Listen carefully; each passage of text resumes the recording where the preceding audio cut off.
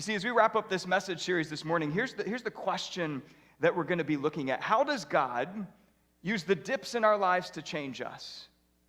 Okay, as a reflective question, how does God use the dips in our lives to change us? In other words, as followers of Jesus, how does he use the low moments in our lives to impact us for our good?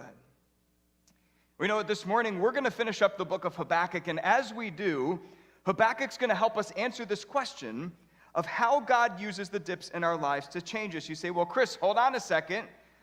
We already finished the book of Habakkuk. 3 chapters, right? Last week was chapter 3, and you'd be right. Except Habakkuk chapter 3 actually has 19 verses, and last week we only went through verse 18, which means that there's one more verse that we did not look at. And friends, this verse, verse 19, is going to help us answer this question of how does God use the dips in our lives to change us. Okay, take a look at how Habakkuk not only ends the book, but he ends his prayer in chapter 3. He says, "The sovereign Lord is my strength. He makes my feet like the feet of a deer. He enables me to tread on the heights." Now, notice that Habakkuk says 3 different things here.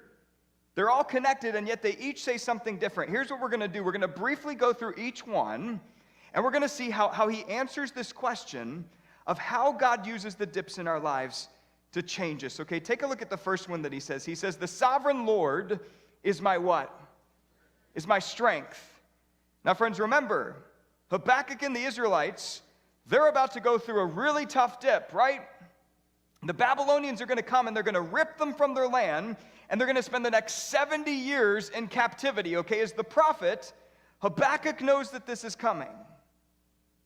But you remember last week, throughout his prayer, we didn't look at all of it, verses 3 through 15, but he looks back into the past, and he recalls all these moments that the Israelites found themselves in the dip. And now, in verse 19, in light of that, he says, hold on a second.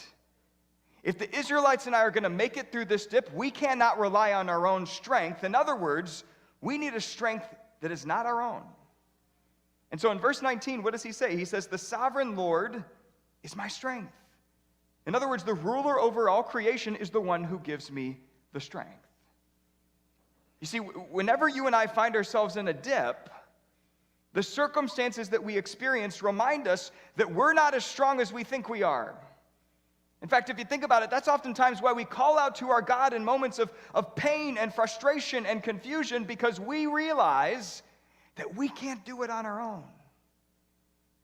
And so Habakkuk reminds us here that whenever we face a dip, instead of simply relying on our own strength, we need to turn to our God and we need to ask him for his strength. God, I'm stepping into a really, really low moment in my life, and God, I cannot do this on my own. I need your strength. I need your strength to help me get through this dip. That's what Habakkuk found at the end of this book. The sovereign Lord is my strength.